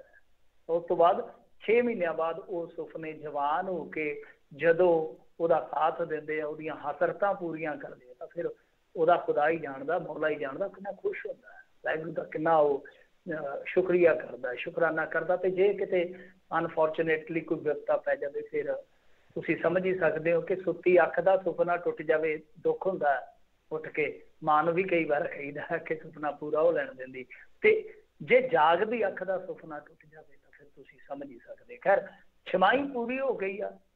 ਅੱਜ ਪੰਜਾਬ ਦੇ ਘਰ ਘਰ ਤੇ ਕਹਿ ਲਓ ਤਕਰੀਬਨ ਝੰਡਾ ਸੀਗਾ, ਕਾਲਾ ਝੰਡਾ, ਕਿਉਂਕਿ ਬਲੈਕ ਡੇ ਦੀ ਕਾਲ ਸੀਗੀ। ਬਹੁਤ ਥਾਵਾਂ ਤੇ ਪੁਤਲੇ ਫੂਕੇ ਗਏ, ਬਹੁਤ ਥਾਵਾਂ ਤੇ ਮੁਜ਼ਾਹਰੇ ਕੀਤੇ ਗਏ, ਸਿੰਘੂ ਟਿੱਕਰੀ, ਉੱਥੇ ਵੀ ਚੜ੍ਹਦੀ ਕਲਾ ਹੈ, ਕੋਈ ਐਸੀ ਵੈਸੀ ਗੱਲ ਨਹੀਂ ਹੈ। ਵੈਸੇ ਕੁਛ ਅਖਬਾਰਾਂ ਨੇ, ਕੁਛ ਜਿਹੜੇ ਮੀਡੀਆ ਅਦਾਰੇ ਖਾਸ ਤੌਰ ਤੇ ਥੋੜ੍ਹੇ ਝੁਕਾਅਵਾਦੀ ਹੁੰਦੇ ਆ ਸਰਕਾਰ ਪੱਖੀ, ਤਾਂ ਉਹਨਾਂ ਨੇ ਜਾ ਕੇ ਨੈਗੇਟਿਵ ਪ੍ਰਚਾਰ ਕੀਤਾ ਕਿ ਹੁਣ ਗਾਜ਼ੀਪੁਰ ਬਾਰਡਰ ਤੇ ਇੰਨੀ ਰੌਣਕ ਨਹੀਂ ਹੈਗੀ, ਸਿੰਘੂ ਤੇ ਇੰਨੀ ਰੌਣਕ ਨਹੀਂ ਹੈਗੀ। ਪਰ ਨਾਲ ਉਹ ਵੀ ਲਿਖਦੇ ਆ, ਕਹਿੰਦੇ ਆ ਕਿ ਜਿਹੜੇ ਬੰਦੇ ਹੈਗੇ ਆ ਲੰਗਰ ਉੱਥੇ ਗੁਰੂ ਦੀ ਕਿਰਪਾ ਨਾਲ ਚੱਲਦੇ ਅੱਜ ਵੀ ਜਿਉਂਦੇ ਤਿਉਂ, ਪਰ ਜਿਹੜੇ ਬੰਦੇ ਹੈਗੇ ਆ ਉਹ ਕਹਿੰਦੇ ਕੋਈ ਗੱਲ ਨਹੀਂ ਹੈ, 6 ਮਹੀਨੇ ਹੋ ਗਏ, 6 ਸਾਲ ਵੀ ਲੱਗ ਜਾਣ, ਕੋਈ ਚੱਕਰ ਨਹੀਂ, ਬੈਠੇ ਆ। ਮਤਲਬ ਹੌਸਲੇ ਬੁਲੰਦ ਨੇ, ਐਸੀ ਗੱਲ ਨਹੀਂ ਹੈ। ਜੇ ਤੁਸੀਂ ਜਾ ਕੇ ਦੇਖੋਗੇ ਟਿੱਕਰੀ ਦੇ ਵਿੱਚ ਬਹੁਤ ਜਨਤਾ ਬੈਠੀ ਆ, ਸਿੰਘੂ ਦੇ ਵਿੱਚ ਵੀ ਚੜ੍ਹਦੀ ਕਲਾ ਹੈ, ਐਸੀ ਕੋਈ ਗੱਲ ਨਹੀਂ ਹੈ। ਕਈ ਵਾਰ ਖਬਰਾਂ ਜਿਹੜੀਆਂ ਮੈਂ ਤੁਹਾਨੂੰ ਦੱਸ ਰਿਹਾ, ਦੋਨੇ ਪੱਖ ਹੀ ਦੱਸ ਰਿਹਾ, ਤੇ ਠੀਕ ਹੈ ਗਿਣਤੀ ਘਟਦੀ ਵੱਧਦੀ ਰਹਿੰਦੀ ਆ, ਕੋਈ ਵੱਡੀ ਗੱਲ ਨਹੀਂ ਹੈ, ਪਰੰਤੂ ਹੌਸਲਾ ਜਿਹੜਾ ਉਹ ਬੁਲੰਦ ਆ। ਦੂਜੀ ਚੀਜ਼ ਇਹ ਆ ਕਿ ਦੇਖੋ ਕਿਸਾਨਾਂ ਨੇ 1-2 ਪ੍ਰੋਗਰਾਮ 26 ਤੋਂ ਬਾਅਦ ਕੁਛ ਐਸੇ ਦਿੱਤੇ ਸੀ ਜਿਹਦੇ ਨਾਲ ਸਹਿਮਤੀ ਬਣੀ, ਖਾਸ ਤੌਰ ਤੇ ਪਾਰਲੀਮੈਂਟ ਦੇ ਘਰਾਓਆਂ ਨੇ। ਤਾਂ ਅੱਜ ਦੀ ਕਾਲ ਇਸ ਪੱਖ ਤੋਂ ਵੀ ਮਹੱਤਵਪੂਰਨ ਸੀ ਕਿ ਕਿੰਨਾ ਕੁ ਸਹਿਯੋਗ ਮਿਲਦਾ। ਤਾਂ ਪੰਜਾਬ ਦੇ ਵਿੱਚ ਠੀਕ ਆ, ਸਾਡੇ ਪੰਜਾਬੀ ਭਰਾਵਾਂ ਦੇ ਆਪਸ ਦੇ ਵਿੱਚ ਮਤਭੇਦ ਹੋ ਸਕਦੇ ਆ, ਵਖਰੇਵੇਂ ਹੋ ਸਕਦੇ ਆ, ਧੜੇ ਅਲੱਗ ਹੋ ਸਕਦੇ ਆ, ਪਰ ਇਸ ਕਾਲ ਤੇ ਸਾਰਿਆਂ ਨੇ ਫੁੱਲ ਚੜਾਏ। ਸੁਖਬੀਰ ਸਿੰਘ ਬਾਦਲ ਹੋਰਾਂ ਦੇ ਘਰ ਦੇ ਗੇਟ ਤੇ ਵੀ ਚੜਿਆ ਝੰਡਾ, ਆਮ ਆਦਮੀ ਪਾਰਟੀ ਵਾਲਿਆਂ ਨੇ ਵੀ ਕਾਲੇ ਝੰਡੇ ਚੜਾਏ, ਨਵਜੋਤ ਸਿੱਧੂ ਪਹਿਲਾਂ ਹੀ ਚੜਾ ਚੁੱਕਾ, ਕਾਂਗਰਸੀਆਂ ਨੇ ਤਾਂ ਯੂਥ ਵਾਲੇ ਜਿਹੜੇ ਉਹਨਾਂ ਨੇ ਤਾਂ ਚੰਡੀਗੜ੍ਹ ਦੇ ਵਿੱਚ ਮੇਰੇ ਖਿਆਲ ਦੇ ਨਾਲ ਮਾਰਚ ਵੀ ਕੀਤਾ ਬਲੈਕ ਟੀ-ਸ਼ਰਟਾਂ ਪਾ ਕੇ। ਤਾਂ ਇਸ ਤਰ੍ਹਾਂ ਕਹਿ ਲਓ ਕਿ ਸਿਆਸਤ ਵੀ ਕਿਤੇ ਨਾ ਕਿਤੇ ਇਹਦੇ ਵਿੱਚ ਸ਼ਾਮਲ ਹੈ, ਕਿਉਂਕਿ ਸਿਆਸਤ ਵੀ ਬਹੁਤ ਹੱਦ ਤੱਕ ਕਿਸਾਨ ਤੇ ਕੇਂਦਰਿਤ ਆ, ਔਰ ਬਹੁਤ ਹੱਦ ਤੱਕ ਕਿਸਾਨੀ ਨਾਲ ਹੀ ਸੰਬੰਧਿਤ ਆ। ਸੋ ਇਸ ਪੱਖ ਤੋਂ ਤੁਸੀਂ ਕਹਿ ਲਓ ਕਿ ਪੰਜਾਬ ਦੇ ਜਿੰਨੇ ਵੀ ਵਾਸੀ ਆ, ਉਹਨਾਂ ਸਾਰਿਆਂ ਨੂੰ 10 ਤੋਂ 10 ਨੰਬਰ ਦੇ ਸਕਦੇ ਹੋ ਕਿ ਇਸ ਕਾਲ ਨੂੰ ਅੱਜ ਉਹਨਾਂ ਨੇ ਇੱਕ ਵਾਰੀ ਫਿਰ ਸਫਲਤਾਪੂਰਵਕ ਨੇਪਰੇ ਚਾੜ ਦਿੱਤਾ। ਹਾਲਾਂਕਿ ਕਿੰਤੂ ਪਰੰਤੂ ਸੋਸ਼ਲ ਮੀਡੀਆ ਤੇ ਤੁਹਾਨੂੰ ਪਤਾ ਉਹ ਕਹਿੰਦੇ ਹੁੰਦੇ ਕਿ ਕਾਲਾ ਝੰਡਾ ਕਾਹਤੋਂ ਚੜਾਉਣਾ, ਬੰਬ ਹੀ ਸੁੱਟੋ ਜਿੱਥੇ ਸੁੱਟਣਾ। ਐਸੇ ਵੀ ਹੈਗੇ ਆ ਨਾ ਜਿਨ੍ਹਾਂ ਨੂੰ ਲੱਗਦਾ ਕਿ ਬਹੁਤ ਜਲਦੀ ਜਲਦੀ ਐਕਸ਼ਨ ਹੋਣੇ ਚਾਹੀਦੇ, ਠੋਕਵੇਂ ਐਕਸ਼ਨ ਹੋਣੇ ਚਾਹੀਦੇ ਆ, ਪਰ ਸਹਿਜ ਇਹ ਅੰਦੋਲਨ ਚੱਲਦੇ ਹੁੰਦੇ, ਤੁਹਾਨੂੰ ਪਤਾ ਹੀ ਹੈ ਮੱਥਾ ਕਿਹਨਾਂ ਦੇ ਨਾਲ ਲੱਗਾ। ਸੋ ਇਸ ਪੱਖ ਤੋਂ ਇਸ ਅੰਦੋਲਨ ਨੂੰ ਆਪਾਂ ਕਹਿ ਸਕਦੇ ਹਾਂ ਕਿ ਇੱਕ ਵਾਰ ਫਿਰ ਰਵਾਨਗੀ 'ਚ ਆ ਗਿਆ, ਇੱਕ ਵਾਰ ਫਿਰ ਫਰੇਮ 'ਚ ਆ ਗਿਆ। ਹਾਲਾਂਕਿ ਟੈਲੀਵਿਜ਼ਨ ਡਿਬੇਟ ਹੋਏ ਆ ਜਿਹੜੇ ਕੌਮੀ ਮੀਡੀਆ ਦੇ, ਤਾਂ ਉਸ ਤੁਹਾਨੂੰ ਪਤਾ ਹੀ ਹੈ ਪ੍ਰਾਈਮ ਟਾਈਮ ਦਾ ਹਾਲ ਕੀ ਹੁੰਦਾ, ਸ਼ਿਰਕੀ ਹੁੰਦਾ, ਤਾਂ ਉਹਦੇ ਵਿੱਚ ਕਿਸਾਨਾਂ ਨੂੰ ਕਿਹਾ ਗਿਆ ਕਿ ਤੁਸੀਂ ਲੋਕਾਂ ਦੀ ਜਾਨ ਨਾਲ ਖਿਲਵਾੜ ਕਰ ਰਹੇ ਹੋ, ਫਲਾਂ ਫਲਾਂ, ਉਹ ਗੱਲਾਂ ਤੁਹਾਨੂੰ ਪਤਾ ਹੀ ਆ। ਪਰ ਇਹ ਉਹ ਕਿਸਾਨ ਆ ਬਹੁਤੇ ਜਿਹੜੇ 6 ਮਹੀਨਿਆਂ ਤੋਂ ਉੱਥੇ ਬੈਠੇ ਆ, 6 ਮਹੀਨਿਆਂ ਤੋਂ ਉੱਥੇ ਬੈਠੇ ਆ, 3 ਮਹੀਨੇ ਇੱਥੇ ਪੰਜਾਬ ਦੇ ਵਿੱਚ ਬੈਠੇ ਰਹੇ ਨੇ। ਤਾਂ ਠੀਕ ਹੈ, ਬਿਮਾਰੀ ਦਾ ਡਰ ਆ, ਪਰ ਬਿਮਾਰੀ ਦਾ ਜੇ ਡਰ ਹੈ ਤਾਂ ਫਿਰ ਤੁਸੀਂ ਆਪਣੇ ਦਿਲ ਦੇ ਵਿੱਚੋਂ ਡਰ ਕੱਢ ਕੇ ਇਹਨਾਂ ਦੀ ਮੰਗ ਪੂਰੀ ਕਰਕੇ ਇਹਨਾਂ ਨੂੰ ਘਰਾਂ ਨੂੰ ਭੇਜੋ, ਕਿਉਂਕਿ ਤੁਹਾਡੇ ਨਾਗਰਿਕ ਆ। ਬਾਕੀ ਇੱਕ ਥਾਂ ਤੇ ਮੇਰੇ ਖਿਆਲ ਦੇ ਨਾਲ ਗਾਜ਼ੀਪੁਰ ਦੇ ਵਿੱਚ ਮੋਦੀ ਦੇ ਪੁਤਲੇ ਨੂੰ ਲੈ ਕੇ ਕਾਫੀ ਖਿੱਚਧੂ ਵੀ ਹੋਈ ਹੈ ਰਕੇਸ਼ ਟਕੈਤ ਤੇ ਉਹਨਾਂ ਦੇ ਸਾਥੀਆਂ ਤੇ ਪੁਲਿਸ ਦੇ ਦਰਮਿਆਨ, ਪਰ ਬਹੁਤੀ ਕੋਈ ਵੱਡੀ ਗੱਲਬਾਤ ਉੱਥੇ ਨਹੀਂ ਵਿਗੜੀ। ਇੱਦਾਂ ਹੀ ਹਰਿਆਣੇ ਦੇ ਵਿੱਚ ਵੀ ਅੱਜ ਮੇਰੇ ਖਿਆਲ ਦੇ ਨਾਲ ਕਾਫੀ ਜ਼ਿਆਦਾ ਇਸ ਕਾਲ ਨੂੰ ਹੁੰਗਾਰਾ ਮਿਲਿਆ। ਬਾਕੀ ਯੂਪੀ ਦੀ ਮੇਰੇ ਕੋਲ ਕੋਈ ਰਿਪੋਰਟ ਨਹੀਂ ਹੈਗੀ, ਪਰੰਤੂ ਪੰਜਾਬ ਦੇ ਲਿਹਾਜ਼ ਨਾਲ ਆਪਾਂ ਦੇਖੀਏ ਤਾਂ ਹੇਠਲੇ ਪੱਧਰ ਤੇ ਇਸ ਕਾਲ ਦਾ ਬਹੁਤ ਜ਼ਿਆਦਾ ਅਸਰ ਸੀਗਾ ਪਿੰਡਾਂ ਤੱਕ। ਜੀ ਬਿਲਕੁਲ, ਇਹ ਜਿਹੜਾ ਆ ਜੀ ਹੁਣ ਦੇਖਦੇ ਆਉਣ ਵਾਲੇ ਸਮੇਂ ਦੇ ਵਿੱਚ ਕੀ ਬਣਦਾ ਆ। ਮੋਦੀ ਤਾਂ ਬੋਲਦਾ ਨਹੀਂ ਆ ਹੁਣ। ਤੋਮਰ ਕਹਿੰਦਾ ਗੱਲ ਕਰ ਸਕਦੇ ਆ, ਪਰ ਲੈਟਸ ਸੀ ਆਉਣ ਵਾਲੇ ਸਮੇਂ ਦੇ ਵਿੱਚ ਕਿਸ ਪਾਸੇ ਵੱਲ ਨੂੰ ਜਿਹੜੀ ਇਹ ਗੱਲ ਵੱਧਦੀ ਆ। ਪਰ ਕਿਸਾਨ ਡਟੇ ਹੋਏ ਨੇ, ਲੋਕ ਇਹਨਾਂ ਦੇ ਨਾਲ ਜਿਹੜੇ ਉਹ ਡਟੇ ਹੋਏ ਨੇ, ਇਹ ਚੜ੍ਹਦੀ ਕਲਾ ਦੇ ਵਿੱਚ ਨੇ, ਅਤੇ ਆਪਾਂ ਵੀ ਇਹੀ ਉਮੀਦ ਰੱਖਦੇ ਹਾਂ ਵੀ ਇਹ ਆਪਣਾ ਮੋਰਚਾ ਫਤਿਹ ਕਰਕੇ ਹੀ ਫਿਰ ਹੀ ਵਾਪਸ ਆਉਣ। ਮੋਦੀ ਸਰਕਾਰ ਦੇ ਖਿਲਾਫ ਹਾਈ ਕੋਰਟ ਪਹੁੰਚਿਆ ਵਟਸਐਪ, ਇਹ ਪੁੱਠੀ ਜੀ ਗੱਲ ਲੱਗਦੀ ਸੁਣਨ ਨੂੰ। ਹਾਂਜੀ ਹਾਂਜੀ, ਵੇਖੋ ਗੱਲ ਇਹ ਆ ਕਿ ਗਾਉਂ ਭਨਾਵੇ ਜਾਉ, ਰੌਲਾ ਇਹੀ ਹੈ ਕਿ ਜੋ ਕੁਛ ਫੇਸਬੁੱਕ ਕਰਦਾ ਰਿਹਾ, ਕਿਉਂਕਿ ਫੇਸਬੁੱਕ ਤੇ ਜੇ ਆਪਾਂ ਦੇਖੀਏ ਇੱਕ ਰੋਕਿਆ ਤੇ ਵਟਸਐਪ ਤੇ ਇੰਸਟਾਗ੍ਰਾਮ ਉਹਦੀਆਂ ਟਾਹਣੀਆਂ ਨੇ, ਕਿ ਉਹ ਚੀਜ਼ ਜਿਹੜੀ ਆ ਹੁਣ ਸਰਕਾਰ ਕਰਨ ਲੱਗੀ ਤੇ ਇਹਨਾਂ ਨੂੰ ਅਥਰੂ ਆ ਗਿਆ ਕਿ ਹੁਣ ਤੇ ਕੰਮ ਖਰਾਬ ਆ। ਮਸਲਾ ਕੀ ਆ, ਜੋ ਅੱਜ ਗੱਲ ਵਟਸਐਪ ਨੇ ਜਾ ਕੇ ਉੱਥੇ ਪਟੀਸ਼ਨ ਦੇ ਰੂਪ ਦੇ ਵਿੱਚ ਕਹੀ ਆ ਹਾਈ ਕੋਰਟ ਦੇ ਵਿੱਚ, ਉਹ ਗੱਲ ਸੁਣਨ ਵਾਲੀ ਹੈ ਤੇ ਛੋਟੀ ਜੀ ਗੱਲ ਆ। ਮਤਲਬ ਉਹ ਕੀ ਕਹਿ ਰਿਹਾ, ਉਹ ਕਹਿ ਰਿਹਾ ਕਿ ਭਾਰਤ ਸਰਕਾਰ ਦੇ ਜਿਹੜੇ ਨਵੇਂ IT ਨਿਯਮ ਨੇ ਉਹ ਨਿਜਤਾ ਖਤਮ ਕਰ ਦੇਣਗੇ। ਸੰਖੇਪ ਗੱਲ ਹੈ, ਮੁਖਤਸਰ ਗੱਲ ਆ ਕਿ ਬਹੁਤ ਆਪਾਂ ਸਾਦੇ ਅੱਖਰਾਂ 'ਚ ਜੇ ਆਖੀਏ ਤਾਂ ਜਿਵੇਂ ਐਂਡ ਟੂ ਐਂਡ ਇਨਕ੍ਰਿਪਟਡ ਕੁਛ ਇਹਨਾਂ ਦੀ ਇਸ ਤਰ੍ਹਾਂ ਦੀ ਪਾਲਿਸੀ ਹੁੰਦੀ ਹੈ। ਮਤਲਬ ਕਿ ਸੰਖੇਪ ਦੇ ਵਿੱਚ ਆ ਕਿ ਸਰਕਾਰ ਕੀ ਕਹਿੰਦੀ ਆ ਕਿ ਭਾਈ ਤੁਸੀਂ ਸਾਰਾ ਡਾਟਾ ਰੱਖੋਗੇ, ਡਾਟਾਬੇਸ ਬਣਾਓਗੇ, ਜਿਵੇਂ RSS ਕੋਲ ਘਰ ਘਰ ਦਾ ਡਾਟਾਬੇਸ ਹੈਗਾ ਆ, ਤਾਂ ਡਾਟਾਬੇਸ ਬਣਾਓਗੇ। ਜਿਹੜੀ ਵੀ ਕੋਈ ਇਤਰਾਜ਼ਯੋਗ ਪੋਸਟ ਕਹਿੰਦੇ ਜਾਂ ਆਪਾਂ ਇਹਨੂੰ ਅੱਗੇ ਜਿਹੜੀ ਸ਼ੇਅਰ ਹੁੰਦੀ ਆ, ਜੋ ਵੀ ਚੀਜ਼ ਹੁੰਦੀ ਆ WhatsApp ਤੇ, ਮੈਨੂੰ ਪਤਾ ਨਹੀਂ ਇਹਨਾਂ ਤੇ ਮੈਸੇਜ ਜਿਹੜਾ ਹੁੰਦਾ ਉਹ ਜਿਹੜਾ ਇਤਰਾਜ਼ਯੋਗ ਆ, ਤਾਂ ਤੁਹਾਨੂੰ ਉਹ ਦੱਸਣਾ ਪਏਗਾ ਕਿ ਸਭ ਤੋਂ ਪਹਿਲਾਂ ਉਹਨੂੰ ਫਾਰਵਰਡ ਕਿਹਨੇ ਕੀਤਾ ਸੀਗਾ। ਹੁਣ ਫਾਰਵਰਡ ਕਰਨ ਵਾਲਾ ਇਹਨਾਂ ਦੇ ਨਿਗਾਹ 'ਚ ਆ ਜਾਊਗਾ, ਉਹਨੂੰ ਆਪੇ ਚੁੱਕ ਕੇ ਅੰਦਰ ਸੁੱਟ ਦੇਣਗੇ। ਇਤਰਾਜ਼ਯੋਗ ਕੀ ਕਰਨਾ ਹੈ, ਮਤਲਬ ਇਤਰਾਜ਼ਯੋਗ ਕਿਹੜੀ ਚੀਜ਼ ਹੋਏਗੀ, ਉਹ ਤੇ ਸਾਹਿਬ ਹੋਰਾਂ ਨੇ ਤੈਅ ਕਰਨਾ ਹੈ ਨਾ, ਉਹ ਤੇ ਇਹਨਾਂ ਨੇ ਤੈਅ ਕਰਨਾ, ਉਹ ਤੇ ਚੌਂਕੀਦਾਰ ਜੀ ਨੇ ਤੈਅ ਕਰਨਾ ਕਿ ਕੀ ਇਤਰਾਜ਼ ਹੋ ਗਿਆ। ਜਾਂ ਚੌਂਕੀਦਾਰ ਦੇ ਗਾਂ ਜਿਹੜੇ ਚੌਂਕੀਦਾਰ ਰੱਖੇ ਹੋਏ ਆ 2-2 ਰੁਪਈਏ ਟਵੀਟ ਵਾਲੇ, ਹੋ ਸਕਦਾ ਕੱਲ ਨੂੰ ਉਹ ਇਸ ਕੰਮ ਤੇ ਲੱਗ ਜਾਣ। ਇਤਰਾਜ਼ ਯੋਗ ਕੀ ਹੈ ਜੀ, ਕੋਈ ਵੀ ਆਖਿਆ ਨਹੀਂ ਹੈ। ਸੋ ਉਹ ਇਸ ਗੱਲ ਤੋਂ ਪਿੱਟ ਖਲੋਤੇ, ਉਹ ਕਹਿੰਦੇ ਆ ਕਿ ਅਸੀਂ ਮੈਸੇਜ ਜਿਹੜੇ ਆ ਉਹ ਨਹੀਂ ਰੱਖਦੇ। ਆਪਾਂ ਨੂੰ ਇਹ ਪਤਾ ਕਿ WhatsApp ਹੁਣ ਕਿੰਨੇ ਕੁ ਲੋਕਾਂ ਦੇ ਮੈਸੇਜ ਸਾਂਭੀ ਜਾਊਗਾ। ਉਹ ਤਾਂ ਹੀ ਕਹਿੰਦੇ ਆ ਨਾ ਕਿ ਸਾਡੇ ਕੋਲ ਇਸ ਤਰ੍ਹਾਂ ਦਾ ਕੋਈ ਐਕਸੈਸ ਨਹੀਂ ਹੁੰਦਾ। ਵੈਸੇ ਤਾਂ ਉਹ ਡਾਟਾ ਡੂਟਾ ਤੁਹਾਨੂੰ ਪਤਾ ਹੀ ਹੈ, ਫੇਸਬੁੱਕ ਦਾ ਡਾਟੇ ਦਾ ਕੀ ਰੌਲਾ ਹੈ US ਦੇ ਵਿੱਚ, ਤੁਹਾਨੂੰ ਸਭ ਤੋਂ ਜ਼ਿਆਦਾ ਪਤਾ US ਵਾਲਿਆਂ ਨੂੰ ਫੇਸਬੁੱਕ ਦਾ ਜਾਂ WhatsApp ਦਾ ਕੀ ਝਗੜਾ ਕੁਝ ਸਟੇਟਾਂ ਦੇ ਵਿੱਚ। ਤੇ ਮੇਰੇ ਖਿਆਲ ਦੇ ਨਾਲ ਜਿੱਥੇ ਡੋਨਲਡ ਟਰੰਪ ਦੀ ਪਾਰਟੀ ਹਾਵੀ ਆ, ਉੱਥੇ ਗਵਰਨਰ ਇਹਨਾਂ ਨੂੰ ਚੰਗਾ ਧੱਸਣ ਡਏ ਆ। ਉਹ ਪਤਾ ਨਹੀਂ ਇੱਕ ਸਟੇਟ ਆ ਕਿ ਦੋ। ਖੈਰ ਗੱਲ ਇਹ ਆ ਕਿ ਹੁਣ ਇੱਥੋਂ ਸਰਕਾਰ ਦੀ ਮਨਸ਼ਾ ਸਾਫ਼ ਹੋ ਜਾਂਦੀ ਹੈ।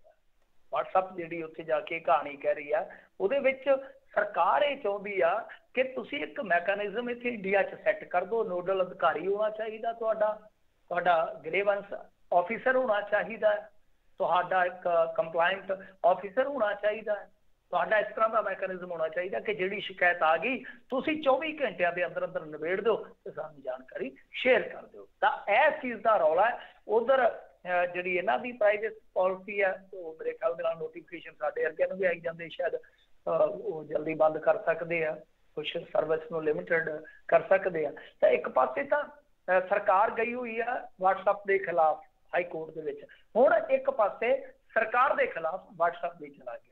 ਤਾਂ ਇਹ ਸਾਫ਼ ਹੋ ਗਿਆ ਕਿ ਕਿਸ ਮਨਸ਼ਾ ਦੇ ਨਾਲ ਨਵੇਂ IT ਨਿਯਮ ਜਿਹੜੇ ਉਹ ਬਣਾਏ ਗਏ ਆ। ਜਿਹੜੀ ਗੱਲ ਦਾ ਅੱਗੇ ਆਪਾਂ ਜ਼ਿਕਰ ਵੀ ਕੀਤਾ ਸੀ 3-4 ਮਹੀਨੇ ਪਹਿਲਾਂ ਜਦੋਂ ਇਹ ਨਿਯਮ ਆਏ ਸੀਗੇ, ਤਾਂ ਉਹ ਚੀਜ਼ ਸਾਫ਼ ਆ ਕਿ OTT ਪਲੇਟਫਾਰਮ ਹੋਵੇ, ਚਾਹੇ ਸੋਸ਼ਲ ਮੀਡੀਆ ਦਾ ਇੱਕ ਜਿਹੜਾ ਮੀਡੀਆ ਹਿੱਸਾ ਹੈ, ਸੋਸ਼ਲ ਮੀਡੀਆ ਤੇ ਵੀ ਇੱਕ ਮੀਡੀਆ ਵਿਚਰਦਾ ਨਾ, ਚੈਨਲ ਆ ਜਾਂ ਫਲਾਂ ਟਮਕਾ ਪੇਜ ਆ, ਉਹ ਸਾਰੇ ਔਰ ਪਲੱਸ ਇਹ ਚੀਜ਼ਾਂ ਜਿਹੜੀਆਂ ਉਹ ਸਰਕਾਰ ਬਹੁਤ ਹੱਦ ਤੱਕ ਰੈਗੂਲੇਟ ਕਰਨਾ ਚਾਹੁੰਦੀ ਹੈ। ਜੀ ਜੀ ਜੀ। ਅਗਲੀ ਜਿਹੜੀ ਆਪਾਂ ਗੱਲ ਕਰੀਏ, ਡੇਰਾ ਪ੍ਰੇਮੀਆਂ ਦੇ ਹੈਰਾਨੀਜਨਕ ਪ੍ਰਗਟਾਵੇ, ਇੱਕ ਅਖਬਾਰ ਦਾ ਦਾਵਾ। ਹਾਂਜੀ, ਅਖਬਾਰ ਆ ਜਿਹੜਾ ਉਹ ਜਗਬਾਣੀ ਆ, ਮੈਂ ਕੋਟ ਕਰ ਦੇਵਾਂ ਕਿ ਇਹ ਜਿਹੜੇ ਪ੍ਰਗਟਾਵੇ ਆ ਵਾਕਿਆ ਹੀ ਬਹੁਤ ਹੈਰਾਨਕੁੰਨ ਆ। ਦਰਅਸਲ ਇਹਨਾਂ ਦੀ ਜਿਹੜੀ ਰਿਪੋਰਟ ਆ ਉਹ ਇਹ ਕਹਿੰਦੇ ਆ ਕਿ ਦੇਖੋ ਜੀ, ਜਿਹੜੇ 2 ਡੇਰਾ ਪ੍ਰੇਮੀ ਇਸ ਵੇਲੇ ਚੱਲਦੇ ਪਏ ਨੇ ਰਿਮਾਂਡ ਤੇ ਉਹ ਜਿਹਦੇ ਵਿੱਚ ਇੱਕ ਤੇ ਹੈਗਾ ਮੇਰੇ ਖਿਆਲ ਦੇ ਨਾਲ ਸ਼ਕਤੀ ਡੱਗੂ ਰਮਾਣੀਆਂ ਤੇ ਦੂਸਰਾ ਰਣਜੀਤ ਭੋਲਾ। ਇਹਨਾਂ ਨੇ ਮੰਨਿਆ ਵਾ कि ਜਿਹੜੇ ਪੋਸਟਰ ਲਾਏ ਸੀਗੇ, ਕਿਉਂਕਿ 2-3 FIR ਨੇ ਨਾ ਇਸ ਮਾਮਲੇ 'ਚ। ਇੱਕ ਤਾਂ ਇਹ ਆ ਕਿ ਗੁਰੂ ਸਾਹਿਬ ਦੇ ਸਰੂਪ ਚੋਰੀ ਹੋਏ, ਦੂਸਰੇ ਪੋਸਟਰ ਲੱਗੇ, ਤੇ ਤੀਸਰੀ ਜਿਹੜੀ ਆ ਉਹ ਬੇਅਦਬੀ ਦੀ ਮੰਦਭਾਗੀ ਘਟਨਾ। ਤਾਂ 3 ਵੱਖੋ ਵੱਖਰੇ ਤੁਸੀਂ ਈਵੈਂਟ ਵੇਖ ਸਕਦੇ ਹੋ। ਫਿਰ ਅੱਗੇ ਜਿੱਦਾਂ ਇਹ ਸਾਰੇ ਘਟਨਾਕ੍ਰਮ ਤੋਂ ਅੱਗੇ ਜੇ ਜਾ ਕੇ ਦੇਖੋਗੇ ਤਾਂ ਉਹ ਬਾਈਬਲ ਵਾਲਾ ਅਲੱਗ ਹੋ ਜਾਂਦਾ ਤੇ ਕੋਟਕਪੂਰੇ ਵਾਲਾ ਅਲੱਗ ਹੋ ਜਾਂਦਾ। ਸਮਝ ਗਏ ਨਾ? ਬੜੇ ਸਾਦੇ ਢੰਗ ਨਾਲ ਇਹ ਚੀਜ਼ਾਂ ਸਮਝ ਸਕਦੇ ਹਾਂ ਆਪਾਂ। ਤਾਂ ਮਤਲਬ ਕਿ ਇਹ 2 ਬੰਦਿਆਂ ਨੇ ਇਹ ਗੱਲ ਮੰਨੀ ਆ, ਤਸਲੀਮ ਕੀਤਾ ਹੈ ਇਸ ਚੀਜ਼ ਨੂੰ ਕਿ ਜਿਹੜੇ ਪੋਸਟਰ ਲੱਗੇ ਸਨ ਉਹ ਅਸੀਂ ਲਾਏ ਸੀਗੇ। ਤਾਂ ਇਹ ਅਖਬਾਰ ਦਾ ਦਾਅਵਾ ਜਿਹੜਾ ਬਹੁਤ ਵੱਡਾ ਦਾਅਵਾ ਆ। ਹੁਣ ਉਹਨਾਂ ਦੇ ਸੋਰਸਸ ਕਿਹੜੇ ਨੇ, SIT ਦੇ ਵਿੱਚੋਂ ਨੇ ਜਾਂ ਉਹ ਪ੍ਰੇਮੀ ਕੋਈ ਦੱਸ ਰਹੇ ਨੇ, ਇਹ ਤਾਂ ਉਹੀ ਜਾਣਨ। ਪਰ ਦੂਜੀ ਗੱਲ ਜਿਹੜੀ ਹੈ ਉਹ ਇਹ ਕਹਿੰਦੇ ਆ, ਰਿਵੀਲ ਵੀ ਕਰਦੇ ਆ ਇਸ ਖਬਰ ਦਾ ਸੋਰਸ, ਉਹ ਕਹਿੰਦੇ ਆ ਕਿ ਜਿਹੜੇ ਦੁਕਾਨਦਾਰ ਦੇ ਕੋਲੋਂ ਇਹ ਜਾ ਕੇ ਕਾਗਜ਼ ਲੈ ਕੇ ਆਏ ਸਨ ਤੇ ਜਿਹੜੇ ਮਾਰਕਰ ਦੇ ਨਾਲ ਉਹ ਸ਼ਬਦਾਵਲੀ ਲਿਖੀ ਗਈ, ਜਿਹੜੀ ਆਪਾਂ ਪੜ੍ਹ ਨਹੀਂ ਸਕਦੇ, ਬਹੁਤ ਕਹਿ ਲਈਏ ਕਿ ਘਟੀਆ ਸ਼ਬਦਾਵਲੀ ਸੀ ਜਾਂ ਭਾਵਨਾਵਾਂ ਨੂੰ ਠੇਸ ਪਹੁੰਚਾਉਣ ਵਾਲੀ ਸੀਗੀ। ਤਾਂ ਉਹ ਜਿਹੜੀ ਸ਼ਬਦਾਵਲੀ ਲਿਖੀ ਜਾਂਦੀ ਆ, ਜਿਹੜੇ ਮਾਰਕਰ ਨਾਲ ਲਿਖੀ ਜਾਂਦੀ ਹੈ ਤੇ ਜਿਹੜੇ ਕਾਗਜ਼ ਨਾਲ ਲਿਖੀ ਜਾਂਦੀ ਹੈ, ਕਾਗਜ਼ ਤੇ ਲਿਖੀ ਜਾਂਦੀ ਆ, ਉਹ ਜਿਸ ਦੁਕਾਨਦਾਰ ਤੋਂ ਇਹਨਾਂ ਨੇ ਲਈ ਆ ਉਸ ਦੁਕਾਨਦਾਰ ਦਾ ਨਾਮ ਵੀ ਉਹਨਾਂ ਨੇ ਮੈਂਸ਼ਨ ਕੀਤਾ ਖਬਰ ਦੇ ਵਿੱਚ। ਪਰ ਆਪਾਂ ਨਹੀਂ ਲਵਾਂਗੇ, ਨਹੀਂ ਲੈਣਾ ਚਾਹੀਦਾ, ਕਿਉਂਕਿ ਹੋ ਸਕਦਾ ਕੱਲ ਉਹਨੂੰ ਕੋਈ ਥ੍ਰੈਟ ਆ ਜਾਵੇ। ਖੇਡ ਹੈ ਨਾ ਇਹ, ਚੱਲਣ ਡਈ ਹੈ, ਤੁਹਾਨੂੰ ਪਤਾ ਕਿਸ ਤਰ੍ਹਾਂ ਦੀਆਂ ਗੋਂਦਾਂ ਗੁੰਦੀਆਂ ਜਾਂਦੀਆਂ ਇਸ ਮਾਮਲੇ ਦੇ ਵਿੱਚ। ਤਾਂ ਕਹਿਣ ਦਾ ਭਾਵ ਇਹ ਹੈ ਕਿ ਇਹਨਾਂ ਨੇ ਉਸ ਦੁਕਾਨਦਾਰ ਨੂੰ ਰਿਵੀਲ ਕੀਤਾ ਖਬਰ ਦੇ ਵਿੱਚ ਕਿ ਬੱਸ ਅੱਡਾ ਬਰਗਾੜੀ ਦੇ ਵਿੱਚੋਂ ਇਹ ਸਾਰਾ ਸਮਾਨ ਖਰੀਦਿਆ ਗਿਆ ਸੀ ਤੇ ਖੁਦ ਦੁਕਾਨਦਾਰ ਨੇ ਨਾ ਸਿਰਫ ਪੁਸ਼ਟੀ ਕੀਤੀ ਆ ਬਲਕਿ ਇਹਨਾਂ ਦੀ ਸ਼ਨਾਖਤ ਵੀ ਕਰ ਲਈ ਆ ਕਿ ਆਈਓ ਬੰਦੇ ਆਏ ਸਨ। ਸੋ ਇਹ ਬਹੁਤ ਵੱਡਾ ਖੁਲਾਸਾ ਹੈ। ਪਰ ਇਹ ਹੁਣ ਖੁਲਾਸਾ ਬਾਕੀ ਆ ਕਿ ਕੀ ਇਹ ਹੇਠਲੇ ਪੱਧਰ ਤੇ ਇਹਨਾਂ ਨੇ ਆਪ ਹੀ ਕੀਤਾ ਸੀਗਾ ਸਭ ਕੁਝ, ਜਾਂ ਉਤਲੇ ਪੱਧਰ ਤੋਂ ਕੋਈ ਤਾਰਾਂ ਖੜਕੀਆਂ ਸੀਗੀਆਂ। ਇਹ ਸਾਰੀ ਸਟੋਰੀ ਕੀ ਅਦਾਲਤ ਦੇ ਵਿੱਚ ਪੁਲਿਸ ਐਸਟੈਬਲਿਸ਼ ਕਰ ਪਾਏਗੀ? ਕਿਉਂਕਿ ਜਦੋਂ ਤੱਕ ਕਹਾਣੀ ਸਥਾਪਿਤ ਨਹੀਂ ਕਰੋਗੇ ਤੁਸੀਂ, ਇਹ ਤੱਕ ਕਹਾਣੀ ਹੈ ਨਾ ਜਿਹੜੀ ਦਾਅਵੇ ਦੇ ਰੂਪ 'ਚ ਆਉਂਦੀ ਹੈ ਸਾਡੇ ਸਾਹਮਣੇ ਜਾਂ ਚਾਰਜਸ਼ੀਟ ਦੇ ਰੂਪ ਦੇ ਵਿੱਚ ਸਾਹਮਣੇ ਆਉਂਦੀ ਹੈ, ਤਾਂ ਉਹਨੂੰ ਐਵੀਡੈਂਸ ਦੇ ਨਾਲ ਐਸਟੈਬਲਿਸ਼ ਕੀਤਾ ਜਾਂਦਾ ਹੈ। ਤਾਂ ਉਹ ਕੜੀਆਂ ਜੋੜਨ ਵਾਸਤੇ ਪੁਲਿਸ ਨੂੰ ਦੂਰ ਤੱਕ ਜਾਣਾ ਪਏਗਾ। ਦੂਰ ਤੱਕ ਜਾਣ ਦਾ ਭਾਵ ਤੁਸੀਂ ਸਮਝਦੇ ਹੋ ਕਿ ਜਦ ਤੱਕ ਤੁਸੀਂ ਉੱਥੇ ਨਹੀਂ ਪਹੁੰਚੋਗੇ, ਉੱਥੋਂ ਐਵੀਡੈਂਸ ਕਲੈਕਟ ਨਹੀਂ ਕਰੋਗੇ, ਤਾਂ ਤੁਹਾਡੀ ਕਹਾਣੀ ਕਦੇ ਵੀ ਸਥਾਪਿਤ ਜਿਹੜੀ ਆ ਨਹੀਂ ਹੋਏਗੀ ਢੰਗ ਦੇ ਨਾਲ। ਇਹ ਮੈਂ ਅੱਜ ਦਾ ਨਹੀਂ ਕਹਿ ਰਿਹਾ, ਮੈਂ ਜਦੋਂ ਦੇ ਮਾਮਲੇ ਚੱਲਣ ਡਏ ਆ ਉਹ ਤੋਂ 6 ਮਹੀਨਿਆਂ ਬਾਅਦ ਇਹ ਚੀਜ਼ਾਂ ਸਾਫ਼ ਹੋ ਗਈਆਂ ਸਨ ਕਿ ਇਨਸਾਫ ਕਿਸ ਤਰ੍ਹਾਂ ਮਿਲ ਸਕਦਾ, ਤੇ ਇਨਸਾਫ ਮਿਲ ਲੱਗਿਆ ਡਾਢਾ ਜ਼ੋਰ ਲੱਗੇਗਾ, ਡਾਢਾ ਸਮਾਂ ਲੱਗੇਗਾ, ਤੈਅ ਸੀਗਾ। ਜੀ ਜੀ ਜੀ ਅਗਲੀ ਜਿਹੜੀ ਗੱਲ ਕਰਦੇ ਜਾਈਏ, ਹਾਲਾਤ ਵਿਗੜਦੇ ਦੇਖ ਕੇ ਕੈਪਟਨ ਦਾ ਬੈਕ ਗੇਅਰ। ਦੇਖੋ ਪੁਰਾਣੇ ਸਮੇਂ 'ਚ ਨਾ ਫੋਰਡ 3600 ਟਰੈਕਟਰ ਹੁੰਦੇ ਸੀ। ਆਸ਼ਾ ਕਰੇ ਖੇਡ ਤਮਾਸ਼ਾ, ਫੋਰਡ ਕਰੇ ਸਰਦਾਰੀ। ਅਸੀਂ ਨਿੱਕੇ ਨਿੱਕੇ ਨਾ ਗਾਉਂਦੇ ਹੁੰਦੇ ਸੀਗੇ ਸਕੂਲੋਂ ਆਉਣਾ ਜਦ ਵੀ ਟਰੈਕਟਰ ਲੰਘਣਾ ਕੋਲ। ਤੇ ਉਹ ਜਿਹੜਾ ਫੋਰਡ ਟਰੈਕਟਰ ਸੀਗਾ ਨਾ, ਉਹ ਅਸੀਂ ਨਿੱਕੇ ਨਿੱਕੇ ਹੁੰਦੇ ਪੈਂਦੇ ਸੀ ਕਿ ਉਹ ਜਿੰਨਾ ਗਾਂਹ ਨੂੰ ਭਜਦਾ ਸੀ ਉਹਦਾ ਪਿਛਾਂਹ ਨੂੰ ਭਜਦਾ ਸੀਗਾ। ਹੁਣ ਪੁਰਾਣੇ ਟਰੈਕਟਰ ਓਲਡ ਮਾਡਲ ਹੁਣ ਤਾਂ ਘੱਟ ਦਿੰਦੇ ਆ, ਤੇ ਇਹ ਵੀ ਪੁਰਾਣੇ ਟਰੈਕਟਰ ਹੀ ਆ ਸਿਆਸਤ ਦੇ, ਜਿੱਦਾਂ ਲਾ ਲਓ ਬਾਦਲ ਸਾਹਿਬ ਆ ਜਾਂ ਕੈਪਟਨ ਅਮਰਿੰਦਰ ਸਿੰਘ ਆ। ਤੇ ਬੈਕ ਗੇਅਰ ਫੋਰਡ ਵਾਂਗੂ ਇਹਨਾਂ ਦੇ ਜਿਹੜੇ ਆ ਉਹ ਵੀ ਬੜੀ ਰਫਤਾਰੀ ਆ, ਮਤਲਬ ਕਿ ਬੜੀ ਤੇਜ਼ੀ ਨਾਲੇ ਪਿਛਾਂਹ ਨੂੰ ਚਲੇ ਜਾਂਦੇ ਆ। ਦੋਨਾਂ 'ਚ ਇਹ ਖਾਸੀਅਤ ਆ। ਤਾਂ ਖੈਰ ਮਾਮਲਾ ਕੀ ਆ, ਬੜਾ ਸੰਖੇਪ ਦੇ ਵਿੱਚ ਆਪਾਂ ਦੱਸ ਦਿੰਦੇ ਹਾਂ ਕਿ ਦੇਖੋ, ਦੂਸਰਾ ਖੇਮਾ, ਦੂਸਰਾ ਪਾਲਾ, ਦੂਸਰਾ ਧੜਾ, ਦੂਸਰਾ ਗੁੱਟ, ਦੂਸਰੀ ਕਹਿ ਲਓ ਲੌਂਗੀ ਜਿਹੜੀ ਆ ਬਹੁਤ ਜ਼ਿਆਦਾ ਸਟਰੋਂਗ ਹੋ ਗਈ ਆ। ਕੱਲ ਦੀ ਮੀਟਿੰਗ ਦੇ ਵਿੱਚ ਸੁਖਜਿੰਦਰ ਰੰਧਾਵਾ ਦੇ ਜਿਹੜੀ ਘਰ ਹੋਈ ਆ ਉਹਦੇ ਵਿੱਚ ਰਾਜਾ ਵੜਿੰਗ ਵੀ ਚੱਲ ਗਿਆ, ਜਿਹੜਾ ਕਿ ਖਾਸ ਕਹਿ ਲਓ ਕਿ ਇਹਨਾਂ ਦੀ ਮਿੱਤਰ ਮੰਡਲੀ 'ਚ ਇੱਕ ਗਿਣਿਆ ਜਾਂਦਾ ਸੀਗਾ। ਉਹਦੇ 'ਚ ਆਮਲਾ ਵੀ ਚੱਲ ਗਿਆ, ਜਿਹੜਾ ਆਮ ਤੌਰ ਤੇ ਕਾਰੋਬਾਰੀ ਆਦਮੀ ਆ, ਬਹੁਤਾ ਕਹਿ ਲਓ ਕਿ ਗੁੱਟ ਨਿਰਲੇਪ ਰਹਿੰਦਾ, ਧੜੇਬਾਜ਼ੀ ਤੋਂ ਵੱਖ ਰਹਿੰਦਾ। ਸੋ ਇਹ ਚੀਜ਼ ਆ। ਉਧਰ ਡਾਕਟਰ ਰਾਜਕੁਮਾਰ ਵੇਰਕਾ ਨੇ ਤੇ ਜਿਹੜੀ ਗੱਲ ਕਹੀ ਸੀ ਉਹ ਮੈਂ ਤੁਹਾਨੂੰ ਦੱਸ ਹੀ ਦਿੱਤੀ ਸੀਗੀ। ਤਾਂ ਇਸ ਤਰ੍ਹਾਂ ਕਰਦਿਆਂ ਕਰਦਿਆਂ ਬਹੁਤ ਵੱਡੇ ਫੇਸ ਆ ਜਿਹੜੇ ਇੱਕ ਤਰ੍ਹਾਂ ਨਾਲ ਕਹਿ ਲਓ ਕਿ ਇਸ ਟਾਈਮ ਕੈਪਟਨ ਦੇ ਉਲਟ ਲਾਮਬੰਦੀ ਕਰਦੇ ਨਜ਼ਰ ਆ ਰਹੇ ਆ। ਤਾਂ ਕੈਪਟਨ ਇਸੇ ਕਰਕੇ ਬਿਲਕੁਲ ਮੌਨੀ ਹੋ ਗਿਆ, ਬਿਲਕੁਲ ਚੁੱਪ ਹੋ ਗਿਆ। ਜਿੱਦਾਂ ਫੋਨ ਸਾਇਲੈਂਟ ਤੇ ਲਾ ਦੋ ਨਾ, ਬਸ ਕੁਛ ਨਹੀਂ, ਨਾ ਹੂੰ ਨਾ ਹਾਂ, ਬਸ ਚੁੱਪ-ਚਾਪ ਵੱਜੀ ਜਾਂਦਾ ਹੈ। ਉਸੇ ਤਰ੍ਹਾਂ ਸੋ ਇਹ ਚੀਜ਼ ਜਿਹੜੀ ਆ ਉਹ ਪ੍ਰਤੱਖ ਤੌਰ ਤੇ ਨਜ਼ਰ ਆ ਰਹੀ ਆ ਕਿ ਜੋ ਇਹਨਾਂ ਨੇ ਇਨਕੁਆਇਰੀ ਸਿੱਧੂ ਦੀ ਖੋਲੀ ਸੀ, ਸੁਖਜਿੰਦਰ ਰੰਧਾਵਾ ਦੀ ਅੰਦਰੋਂ ਅੰਦਰ ਹੀ ਕਰਵਾ ਰਹੇ ਸਨ। ਤੇ ਮੀ2 ਵਾਲਾ ਉਹ ਤੇ ਧਰਨਾ ਹੀ ਬੀਬੀ ਰੱਦ ਕਰਕੇ ਪਾਸੇ ਹੋ ਗਈ ਆ। ਬੀਬੀ ਮਨੀਸ਼ਾ ਗੁਲਾਟੀ ਪਹਿਲਾ ਚੇਅਰਪਰਸਨ, ਜਿੰਨੀ ਉਹ ਤੁਸੀਂ ਉਹ ਗੱਲ ਦੇ ਵਿੱਚ ਤੁਸੀਂ ਦੇਖੋ ਕਿ ਘਾਟੇਬੰਦੀ ਹੋਈ ਆ ਉਸ ਕਮਿਸ਼ਨ ਦੀ, ਜੇ ਆਪਾਂ ਪ੍ਰਤਿਸ਼ਠਾ ਦੇ ਲਿਹਾਜ਼ ਨਾਲ ਦੇਖੀਏ ਤਾਂ ਬਹੁਤ ਜ਼ਿਆਦਾ ਘਟੀ ਆ। ਤਾਂ ਇਹ ਚੀਜ਼ਾਂ ਜਿਹੜੀਆਂ ਬੰਦ ਕਰ ਦਿੱਤੀਆਂ ਗਈਆਂ, ਮਤਲਬ ਕਿ ਅੰਦਰ ਦੇ ਸੋਰਸਸ ਆ ਜਿਹੜੇ ਕਾਂਗਰਸ ਪਾਰਟੀ ਦੇ ਵਿੱਚੋਂ ਦੱਸਦੇ ਕਿ ਕੈਪਟਨ ਅਮਰਿੰਦਰ ਸਿੰਘ ਨੇ ਬਿਲਕੁਲ ਇਹਨਾਂ ਮੁੱਦਿਆਂ ਤੇ ਚੁੱਪ ਵੱਟ ਲਈ ਆ। ਹੁਣ ਦੇਖੋ ਕੀ ਰੋਕ ਰਹੇਗਾ, ਪਰ ਇਹ ਪਹਿਲਾ ਮੌਕਾ ਹੈ ਜਦੋਂ ਮੇਰੇ ਖਿਆਲ ਦੇ ਨਾਲ ਕੈਪਟਨ ਅਮਰਿੰਦਰ ਸਿੰਘ, ਜਿਹੜਾ ਕਿ ਬੜਾ ਹਮਲਾਵਰ ਰਹਿੰਦਾ ਸੀਗਾ ਵਿਰੋਧੀਆਂ ਤੇ ਵੀ, ਆਮ ਤੌਰ ਤੇ ਆਪਣੇ ਸਾਥੀਆਂ ਤੇ ਵੀ ਬਹੁਤ ਡੋਮੀਨੇਟ ਕਰਦੇ ਸੀ ਕੈਪਟਨ ਅਮਰਿੰਦਰ ਸਿੰਘ, ਇਸ ਮੌਕੇ ਤੇ ਬੜੇ ਬੇਵਸ ਤੇ ਬੜੇ ਲਾਚਾਰ ਜਿਹੇ ਨਜ਼ਰ ਆ ਰਹੇ ਨੇ। ਜੀ ਜੀ ਜੀ, ਅਗਲੀ ਗੱਲ ਕਰ ਦਈਏ ASI ਜਬਰ ਜਨਾਹ ਮਾਮਲੇ ਦੇ ਵਿੱਚ ਹਾਈ ਕੋਰਟ ਨੇ ਬਠਿੰਡਾ ਪੁਲਿਸ ਨੂੰ ਦਿੱਤਾ ਝਟਕਾ, ਨਵੀਂ ਸਿੱਟ ਦਾ ਗਠਨ। ਹਾਂਜੀ ਦੇਖੋ, ਨਵੀਂ ਸਿੱਟ ਬਣਾ ਦਿੱਤੀ ਹਾਈ ਕੋਰਟ ਨੇ ਆਪਣੀ ਸਿੱਟ ਬਣਾਈ ਆ। ਉਹਦੇ ਵਿੱਚ ਕਾਰਨ ਵੱਡਾ ਇਹ ਸੀਗਾ ਰਾਜ ਕਰਨਵੀਰ ਸਿੰਘ ਜੀ, ਕਿ ਇੱਕ ਤੇ ਇਹ ਆ ਕਿ ਹਾਈ ਕੋਰਟ ਨੇ ਇਸ ਗੱਲ ਨੂੰ ਕੰਸੀਡਰ ਕੀਤਾ ਕਿ ਮਾਮਲਾ ਸਹਿਮਤੀ ਦਾ ਨਹੀਂ ਹੈ, ਜਾਪਦਾ ਨਹੀਂ ਹੈ। ਜਿਸ ਤਰ੍ਹਾਂ ਮਤਲਬ ਕਿ ਡਿਫੈਂਸ ਕਹੇਗਾ ਕਿ ਸਹਿਮਤੀ ਦਾ ਮਸਲਾ ਸੀ, ਉਹ ਬੀਬੀ ਨੇ ਘਰੇ ਸੱਦਿਆ, ਫਲਾਂ ਇਹ ਗੱਲਾਂ ਹੋਣਗੀਆਂ, ਸਾਨੂੰ ਪਤਾ ਇਹਨਾਂ ਚੀਜ਼ਾਂ ਦਾ ਕਿ ਅੱਗੇ ਜਾ ਕੇ ਚੀਜ਼ਾਂ ਕਿਸ ਤਰ੍ਹਾਂ ਬਦਲੀਆਂ ਜਾਂਦੀਆਂ। ਤਾਂ ਉੱਥੇ ਕੋਰਟ ਨੇ ਜਿਹੜੀ ਗੱਲ ਕਹੀ, ਉਹਨਾਂ ਨੇ ਕਿਹਾ ਕਿ ਇਹ ਹਨੀ ਟਰੈਪ ਜਿਹੜਾ ਲਾਇਆ ਗਿਆ ਸੀਗਾ, ਇਹਦੇ ਕੁਕਰਮਾਂ ਨੂੰ ਉਜਾਗਰ ਕਰਨ ਵਾਸਤੇ ਲਾਇਆ ਗਿਆ ਸੀਗਾ। ਤਾਂ ਇੱਕ ਚੀਜ਼ ਜਿਹੜੀ ਕੋਰਟ ਨੇ ਮੁੱਢਲੇ ਤੌਰ ਤੇ ਦੇਖੀ ਆ ਉਹ ਇਹ ਆ। ਦੂਜੀ ਇਹ ਆ, ਉਹਨਾਂ ਨੇ ਕਿਹਾ ਕਿ ਤੁਹਾਡੀ SIT ਨਹੀਂ ਚੱਲੇਗੀ ਕਿਉਂਕਿ ਇਹਦੇ ਵਿੱਚ ਕੋਈ ਲੇਡੀ ਦਾ ਤੁਸੀਂ ਸ਼ਾਮਲ ਹੀ ਨਹੀਂ ਕੀਤੀ ਅਫਸਰ। ਤਾਂ ਹੁਣ ਜਿਹੜੀ ਇਹਨਾਂ ਨੇ ਬਣਾਈ ਆ ਨਵੀਂ SIT, ਉਹਦੇ ਵਿੱਚ ਜਿਹੜੇ ਸਾਡੇ ਇੱਥੋਂ ਦੇ SSP ਆ ਬੀਬੀ ਡਾਕਟਰ ਸੁੰਦਰ ਵਿਧੀ ਹੈ, ਸ਼ਾਇਦ ਉਹਨਾਂ ਦਾ ਨਾਮ ਤੁਹਾਨੂੰ ਪਤਾ, ਵੱਲੇ ਜੇ ਨਾਮ ਹੈ, ਕਈ ਸਾਊਥ ਦੇ ਨਾਮ ਨਹੀਂ ਛੱਡਦੇ, ਤੇ ਵੈਸੇ ਸੁੰਦਰ ਵਿਧੀ ਵੀ ਲਿਖ ਦਿੰਦੇ ਉਹਨਾਂ ਨੂੰ। ਦੂਸਰੇ ਪਾਸੇ DSP ਬੁਢਲਾਡਾ ਪ੍ਰਭਜੋਤ ਕੌਰ ਜੀ ਹੈ, ਉਹਨਾਂ ਨੂੰ ਸ਼ਾਮਲ ਕੀਤਾ ਗਿਆ, ਤੇ ਗੁਰਪ੍ਰੀਤ ਕੌਰ ਜੀ ਦਿਓ ਜਿਹੜੇ ਬਹੁਤ ਵੱਡੇ ਅਫਸਰ ਨੇ ਪੰਜਾਬ ਪੁਲਿਸ ਦੇ, ਇਹਨਾਂ ਤਿੰਨਾਂ ਨੂੰ ਬਣਾਇਆ ਗਿਆ SIT ਦੇ ਮੈਂਬਰ। ਤਾਂ ਹੁਣ ਆਪਾਂ ਉਮੀਦ ਕਰ ਸਕਦੇ ਜਦੋਂ ਇਹ ਸਾਰੀਆਂ ਚੀਜ਼ਾਂ ਜਿਹੜੀਆਂ ਨੇ ਕੋਰਟ ਦੇ ਵਿੱਚ ਮੁੱਢਲੇ ਤੌਰ ਤੇ ਵੇਖੀਆਂ ਗਈਆਂ ਨੇ, ਪੜਤਾਲੀਆਂ ਗਈਆਂ ਨੇ, ਤਾਂ SIT ਦਾ ਗਠਨ ਹਾਈ ਕੋਰਟ ਨੇ ਕਰਤਾ, ਮਤਲਬ ਕਿ ਪੂਰੀ ਨਿਗਾਹ ਰਹੇਗੀ। ਤਾਂ ਹੁਣ ਤੈਅ ਤੱਕ ਹੋ ਸਕਦਾ ਕਿ SIT ਜਾਵੇ ਤੇ ਹੋਰ ਵੀ ਪਰਤਾਂ ਜਿਹੜੀਆਂ ਉਹ ਖੁੱਲਣ, ਕਿਉਂਕਿ ਕੋਰਟ ਨੇ ਮੰਨਿਆ ਕਿ ਇਹ ਮਾਮਲਾ ਰੇਪ ਦਾ ਨਜ਼ਰ ਆ ਰਿਹਾ। ਔਰ ਦੂਜਾ ਪਲੱਸ ਇਹ ਆ ਕਿ ਇਹਦੇ ਕੁਕਰਮ ਜਿਹੜੇ ਸੀ ਉਹ ਇੱਥੋਂ ਤੱਕ ਪਹੁੰਚੇ ਕਿ ਉਸ ਬੀਬੀ ਨੂੰ ਬਲੈਕਮੇਲ ਕਰਨ ਵਾਸਤੇ ਇਸ ਥਾਣੇਦਾਰ ਨੇ ਉਹਦੇ ਮੁੰਡੇ ਤੇ ਕੇਸ ਪਾਇਆ।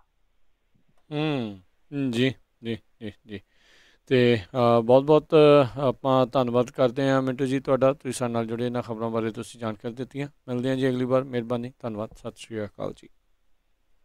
ਸਤਿ ਸ਼੍ਰੀ ਅਕਾਲ ਜੀ। ਤੇ ਸਰੋਤਿਓ, ਇੱਥੇ ਸਾਡਾ ਅੱਜ ਦਾ ਇਹ ਪ੍ਰੋਗਰਾਮ ਹੁਣ ਸਮਾਪਤ ਹੈ। ਮਿਲਦੇ ਹਾਂ ਅਗਲੀ ਵਾਰ, ਤੱਕ ਲਈ ਮੇਰੇ ਵੱਲੋਂ ਵੀ ਤੁਹਾਨੂੰ ਸਭ ਨੂੰ ਪਿਆਰ ਸਤਿਕਾਰ, ਸਤਿ ਸ਼੍ਰੀ ਅਕਾਲ। ਸੁਣਦੇ ਰਹੋ ਪੰਜਾਬੀ ਰੇਡੀਓ USA।